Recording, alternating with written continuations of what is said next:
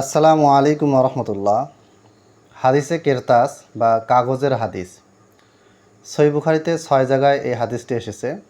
তার মধ্যে সহিহ বুখারীর প্রথমে 114 নম্বর হাদিস কিতাবুল ইলমে হাদিসটা এসেছে এবং ইমাম বুখারী রাহিমাহুল্লাহ কিতাবাতুল ইলম লিখে রাখার দলিল হিসেবে এই হাদিসটাকে এনেছেন। নবী সাল্লাল্লাহু আলাইহি সাল্লাম তার মৃত্যুর 4 দিন আগে তিনি সাহাবীদেরকে বললেন যে একটা কাগজ নিয়ে আসো, আমি তোমাদেরকে কিছু লিখে দিব। ওমর রাদিয়াল্লাহু তাআলা আনহু বললেন যে আপনি অনেক অসুস্থ, তো আপনি এটা লিখিয়েন না। অর্থাৎ পুরো হাদিসের মর্ম হচ্ছে যে ওমর রাদিয়াল্লাহু আনহু নিষেধ করলেন যে আপনি লিখিয়েন না, আপনি অনেক অসুস্থ, দুর্বল, কষ্ট হবে লিখতে। এটাই কেন্দ্র করে সাহাবীদের ভিতরে দ্বিমত তৈরি হলো এবং আব্দুল্লাহ বিন আব্বাস রাদিয়াল্লাহু তাআলা আনহু তিনি তখন ওই সময় বললেন, মানে ঝগড়াঝাটি হচ্ছে, কথাবার্তা হচ্ছে, কথা কাটাকাটি হচ্ছে।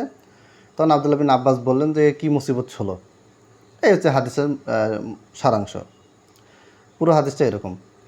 এখন শিয়ারা এই হাদিসে কেরতাস বারবার পেশ করে এবং এটা দিয়ে প্রমাণ করতে যায়, ইসনা আশারিয়া শিয়া যারা, যে ওমর রাদিয়াল্লাহু তাআলা আনহু কাফের হয়ে গিয়েছেন। কারণ আল্লাহ নবী সাল্লাল্লাহু আলাইহি ওয়াসাল্লাম বললেন যে কাগজ নিয়ে আসো, আর আল্লাহ নবী সাল্লাল্লাহু আলাইহি ওয়াসাল্লামের চোখের সামনে ওমর রাদিয়াল্লাহু তাআলা আনহু কী করলেন, না করে দিলেন।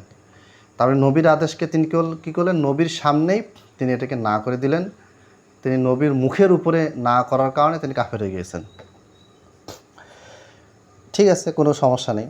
যদি এই যুক্তিটা আমি গ্রহণ করি, তাহলে এর অনেক আগেই আলী রাদিয়াল্লাহু তাআলা আনহু কাফের হয়ে গিয়েছেন। শিয়াদের যুক্তি, মানে আমাদের এটা না, কোনো সাহাবী কাফের হয়নি। যারা কাফের মোরতাদ তারা তো মোরতাদ হয়েই গেছে, তারা সাহাবী নন, তারা সাহাবী ছিলেনও না। সাহাবী বেশে লুকিয়েছিল যারা, তারা কখনো সাহাবী ছিলেন না।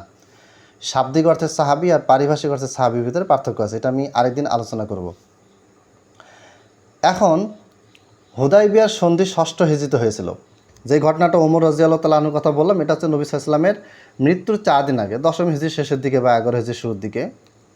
আর হুদায়বিয়ার সন্ধি হয়েছিল 6ষ্ঠ হিজরিতে। 6ষ্ঠ হিজরিতে হুদায়বিয়ার সন্ধি লেখার সময় আল্লাহ নবী সাল্লাল্লাহু আলাইহি ওয়াসাল্লাম বলেন যে মোহাম্মদ বিন আবদুল্লাহ রসুলুল্লাহ সাল্লাল্লাহু আলাইহি ওয়াসাল্লাম ইলাল মুশরিকিন, মুশরিকদের, আমি আরবি ইবাদতগুলো ইনশাআল্লাহ পরে কোনো সময় ভিডিও করব। আজকে সংক্ষেপে ধারণা দিচ্ছি যে মুশরিকদের কাছে আল্লাহ রসুল মুহাম্মদ বিন আবদুল্লাহর পক্ষ থেকে চিঠি।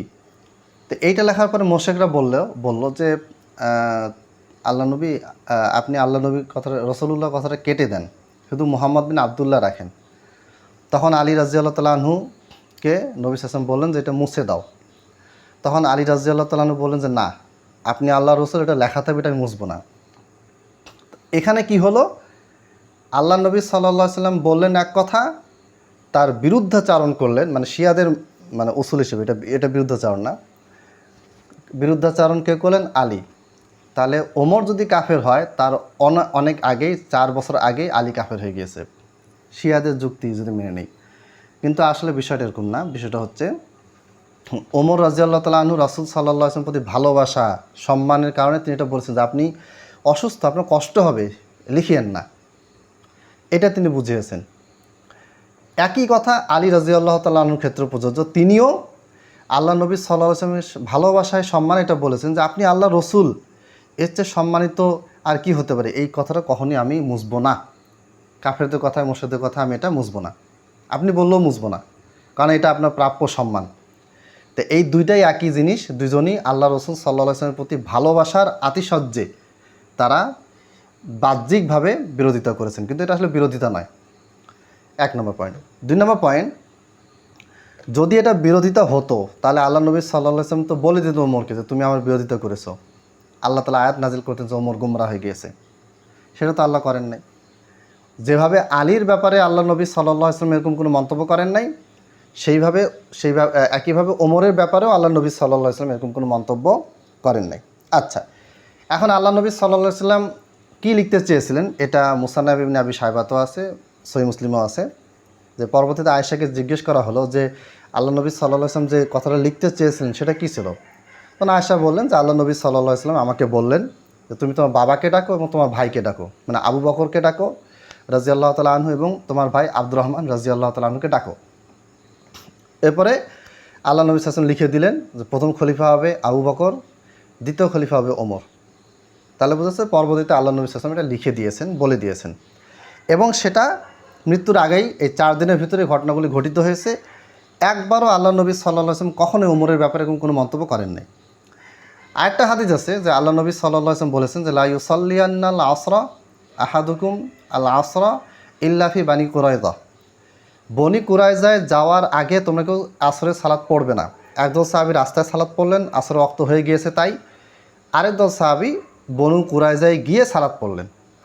তাহলে যেই সাহাবীরা রাস্তায় সালাত পড়লেন বনু কুরাইজায় যাওয়ার পূর্বে, অথচ আল্লাহ নবী সাল্লাল্লাহু আলাইহি ওয়াসাল্লাম বললেন যে বনু কুরাইজায় গিয়ে সালাত পড়বে আসরের সালাত, আর একদল সাহাবী রাস্তায় সালাত পড়লেন, তাহলে এই একদল সাহাবী কাফের হয়ে গেছে, নবীর কথার আদেশ অমান্য করেছেন, এটাই মনে হচ্ছে, শিয়ারা এটাই বলে, কিন্তু না, আসলে আল্লাহ নবী সাল্লাল্লাহু আলাইহি ওয়াসাল্লামের আনুগত্যেই তারা এটা করেছেন। কারণ নবী সাল্লাল্লাহু আলাইহি ওয়াসাল্লাম বলেছেন যে আউয়াল ওয়াক্তে সালাত পড়তে হবে, তো রাস্তায় আসরের আউয়াল ওয়াক্ত হয়ে গিয়েছে তাই তারা পড়ে নিয়েছেন, এটা তাদের ইজতিহাদ, তাদের গবেষণা। আল্লাহ নবী সাল্লাল্লাহু আলাইহি ওয়াসাল্লাম তাদেরকেও কিচ্ছু বলেন না যে তোমরা গোমরাহ হয়ে গেছো, আমার বিরোধিতা করেছো। অতএব এই হাদিস দ্বারা, হাদিসে কেরতাজ দ্বারা, যারা যদি আপনি হাদিসে কেরতাজ দ্বারা ওমর রাদিয়াল্লাহু তাআলা আনহুকে কাফের প্রমাণ করতে চান, তাহলে ওই হুদাইবিয়া সুলাহ বা হুদাইবিয়া সন্ধির হাদিস দ্বারা আলীকে আরও বেশি কাফের বাড়ানো সম্ভব। কিন্তু এটা আহলে সুন্নাত ওয়াল জামাতের আহলুল হাদিসের আকীদা নয়। যারা সাহাবীদেরকে কাফের বলবে তারা নিজেরাই কাফের। ইসনা আশারিয়া এরা দিনরাত 24 ঘন্টা সাহাবীদেরকে কাফের প্রমাণ করতে চেষ্টা করে। এক দেওবন্দি আলেম, আগে দেওবন্দি ছিলেন, এখন শিয়া হয়ে গিয়েছেন, আমার সাথে এটা নিয়ে অনেক বিতর্ক করতে এসেছেন। আমি অনেকগুলি দলিল দিয়েছি, আলহামদুলিল্লাহ কোনোটাই জবাব দিতে পারে নাই। প্রত্যেকটাতে আলী রাদিয়াল্লাহু তাআলা আনহুর ব্যাপারে উনি আলীকে নবীর চেয়ে বেশি সম্মান দেয়। ওনাকে আমি জিজ্ঞেস করলাম, আমার একটা ভিডিও উনি দেখেছেন, সেখানে আমি একটা আরবি ইবারত পড়েছি যে শিয়ারা আলীকে মুহাম্মদের চেয়ে বেশি সম্মান দেয়। আলীর সাথে যুদ্ধ করলে যে গুনাহ হয়, মুহাম্মদ সাল্লাল্লাহু আলাইহি ওয়াসাল্লামের সাথে যুদ্ধ করলে তার চেয়ে কম গুনাহ হয়।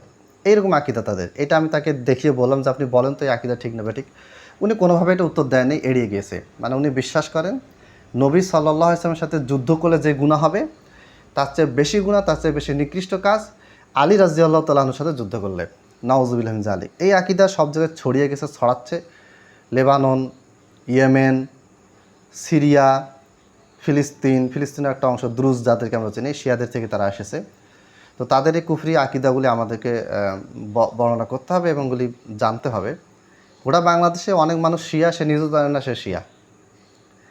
বিভিন্ন হাদিস পেশ করা হচ্ছে, পেশ করে সাহাবীদের বিরুদ্ধে লেলিয়ে দেওয়া হচ্ছে আমাদেরকে, এবং আমাদের অনেক দিনী ভাই তাদের এই ফাঁদে পা দিয়েছে। আল্লাহ তাআলা আমাদেরকে ইসনা আশারিয়া শিয়াদের কুফরি আকীদা থেকে বাঁচার তৌফিক দান করুন, আমিন। তাদের যে অন্যায়, মিথ্যাচার, সাহাবীদেরকে তারা যে কাফের বানানোর মিশনে নেমেছে, এই মিশন ব্যর্থ করে দেওয়ার জন্য আমাদেরকে তাদের প্রত্যেকটা পয়েন্টের ধরে ধরে জবাব দিতে হবে এবং বিষয়গুলি ভালোভাবে আত্মস্থ করতে হবে এবং এগুলি অন্যকে দাওয়াত দিতে হবে। তাহলে ইনশাল্লাহ অনেকে ফিরে আসবে। ফিরে আসুক বা না আসুক, আপনার আমার কাজ প্রচার করে দেওয়া। আল্লাহ তাআলা আমাদেরকে বুঝার তৌফিক দান করুন, আমিন। আসসালামু আলাইকুম ওয়া রাহমাতুল্লাহ।